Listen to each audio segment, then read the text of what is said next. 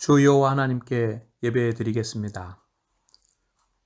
오직 여호와는 그 성전에 계시니 온 땅은 그 앞에서 잠잠할지니라 하시니라. 아멘.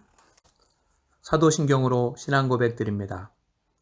전능하사 천지를 만드신 하나님 아버지를 내가 믿사오며 그 외아들 우리 주 예수 그리스도를 믿사오니 이는 성령으로 잉태하사 동정녀 마리아에게 나시고 본디오 빌라도에게 고난을 받으사 십자가에 못 박혀 죽으시고 장사한 지 사흘 만에 죽은 자 가운데서 다시 살아나시며 하늘에 오르사 전능하신 하나님 우편에 앉아 계시다가 저리로서 산자와 죽은 자를 심판하러 오시리라.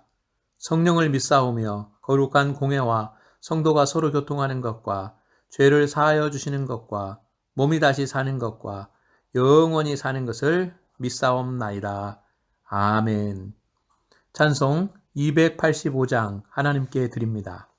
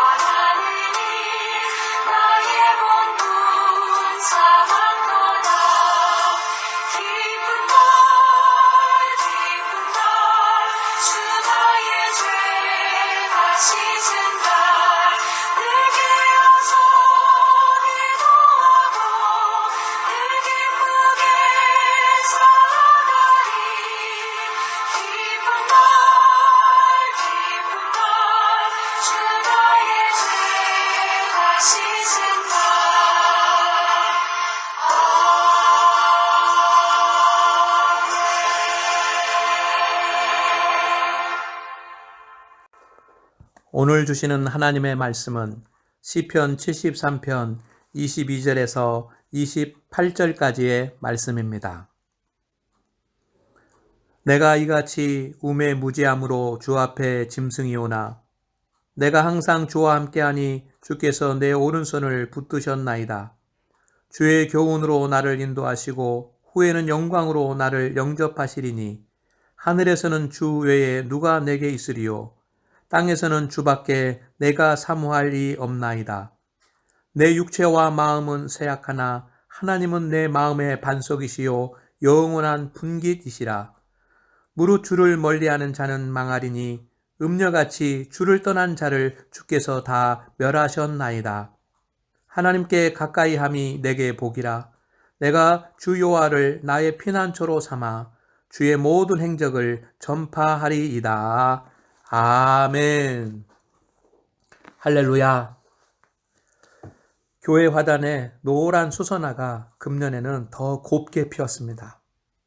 성도님들이 보시면 너무 좋아할 텐데 하는 생각에 지날 때마다 가슴이 멍멍해집니다.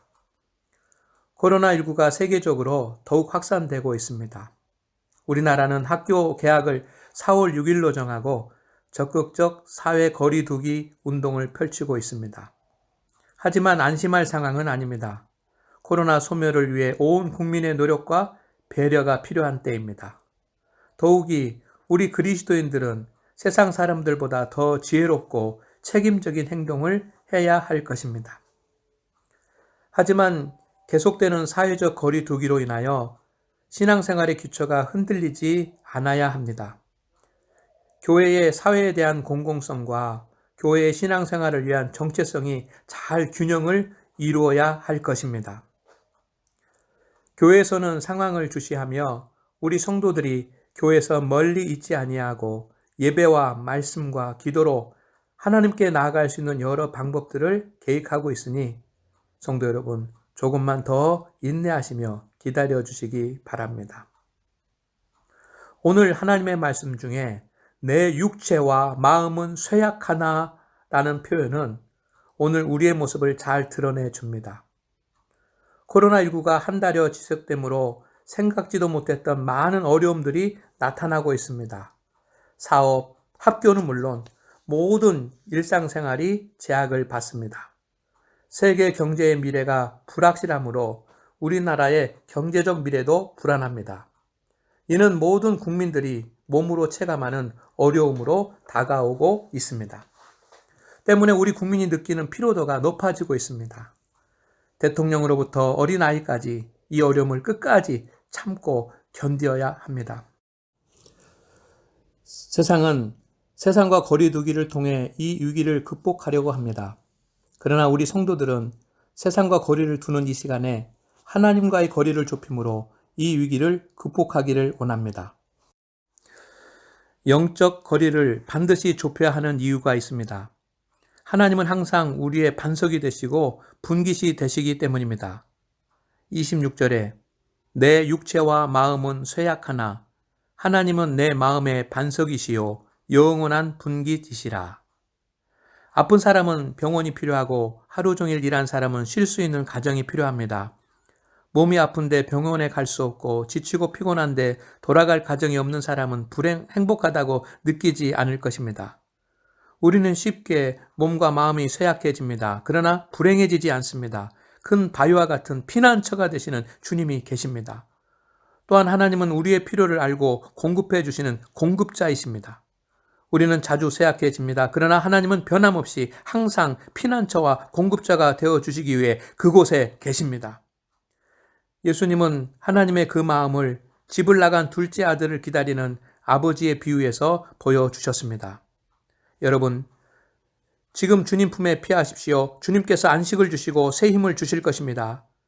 지금 주님께 필요를 구하십시오. 지금 여러분에게 필요한 것을 주님께서 공급하실 것입니다. 몸이 약해질 수도 있고 마음이 지칠 수도 있습니다. 물질적 손해를 볼 수도 계획에 차질이 생길 수도 있습니다. 그때 우리를 바라보고 누가 사랑과 도움의 손을 내밀까요? 하나님뿐입니다. 성도도 환난을 당하고 넘어질 수 있습니다. 그러나 성도는 망하지 않습니다. 피난처와 공급자 되시는 하나님이 계시기 때문입니다. 망할 때는 언제입니까? 27절 말씀을 보십시오. 하나님으로부터 멀어지는 것이 망하는 길이라고 분명히 하십니다. 무릇 주를 멀리하는 자는 망하리니. 그래서 지금 영적 거리를 좁혀야 하는 것입니다. 좁혀야 할 영적 거리는 무엇일까요? 첫째, 하나님과의 거리, 둘째, 교회와의 거리, 셋째, 목회자를 포함한 성도와의 거리입니다. 이는 모두가 우리 믿음의 기반입니다. 한 가지에서라도 멀어져서는 신앙생활이 어렵습니다. 하나님은 우리가 경외해야 할 믿음의 대상이십니다. 교회는 하나님의 집입니다. 성도는 주님의 몸을 이루는 지체들입니다. 성도라면 세 가지 거리가 항상 친밀해야 합니다. 현대인들은 신앙생활을 하면서 하나님의 뜻을 의식하지 않고 교회에 대한 사랑과 헌신이 약하고 성도들에게는 무관심하는 특징이 있습니다. 영적 거리가 멀어지며 나타나는 현상들입니다. 우리는 이것을 경계해야 합니다. 여러분은 하나님, 교회, 성도들에게 대한 영적 거리가 몇 미터라고 생각하십니까? 왜 영적 거리가 멀어졌나요? 대부분의 성도들은 환난이나 병마나 분주하고 바쁜 일 때문이라고 할 것입니다. 그러나 진짜 이유는 성도가 진리를 제대로 알지 못하며 영적 게으름 때문이요, 사탄의 유혹 때문입니다. 여러분은 무엇 때문에 영적 거리가 멀어졌습니까? 우리는 무엇보다도 하나님과의 영적 거리를 좁혀야 합니다. 영적 거리를 좁히기 위해 무엇부터 해야 할까요? 코로나19로 인해 온라인 가정 예배를 드리지만 우리는 분명히 알아야 합니다. 이것은 정상이 아닙니다. 특별한 상황입니다. 주의를 지키며 교회에서 예배를 드리고 말씀을 받고 성찬을 나누고 기도하고 성도 간 교제하는 것이 신앙의 본질입니다. 이것이 흔들리는 것은 사탄의 전략입니다. 성도는 온전한 믿음의 행위를 통해서 영적으로 친밀함을 유지하는 유익을 얻어야 합니다. 가장 기본이 되는 것은 하나님 앞에서 행하는 말씀과 기도입니다. 성도는 오직 말씀 묵상과 기도를 통해 하나님 가까이 나아갑니다. 영적 거리가 좁혀집니다. 성도 여러분, 하나님께서는 말씀으로 우리 성도들을 하나님께 인도하십니다. 24절 말씀을 보십시오. 주의 교훈으로 나를 인도하시고 후에는 영광으로 나를 영접하시리니. 하나님은 자신을 말씀이라고 표현하셨습니다. 말씀으로 세상을 창조하셨습니다. 이 땅에 오셔서 말씀을 주셨습니다. 그리고 지금 하나님의 말씀을 통해 성도와 함께하고 계시고 말씀으로 성도들을 붙들고 계십니다. 23절 말씀을 보십시오. 내가 항상 주와 함께하니 주께서 내 오른손을 붙드셨나이다. 항상 주와 함께한다는 것은 항상 하나님의 말씀과 함께하는 것입니다. 그래서 말씀과 함께하지 못하면 성경에서 말하는 살아있으나 죽은 자입니다. 22절 말씀을 보십시오. 아삽이라는 사람은 말씀과 기도로부터 멀어져서 하나님과 함께하지 못하고 세상 것이 드러나는 자신을 가리켜서 짐승이라고 표현했습니다. 내가 이같이 우매무지함으로 주 앞에 짐승이오나. 성도는 말씀과 기도를 통해 하나님께 가까이 나아갑니다. 하나님은 말씀과 기도 시간에 여러분에게 임재하십니다. 이번 환난의 때 세상이 사회적 거리를 두는 시간에 우리는 영적 거리를 좁히는 시간이 되어야 합니다. 오직 말씀과 기도로 엎드려 하나님과의 영적 거리를 좁혀야 합니다. 그래서 주의 수성은 거룩한 독서는 분명 하나님께서 우리 장안교회 성도들에게 주신 은혜요 복입니다. 이 은혜의 귀중함과 그 능력을 경험하시기를 간절히 원합니다.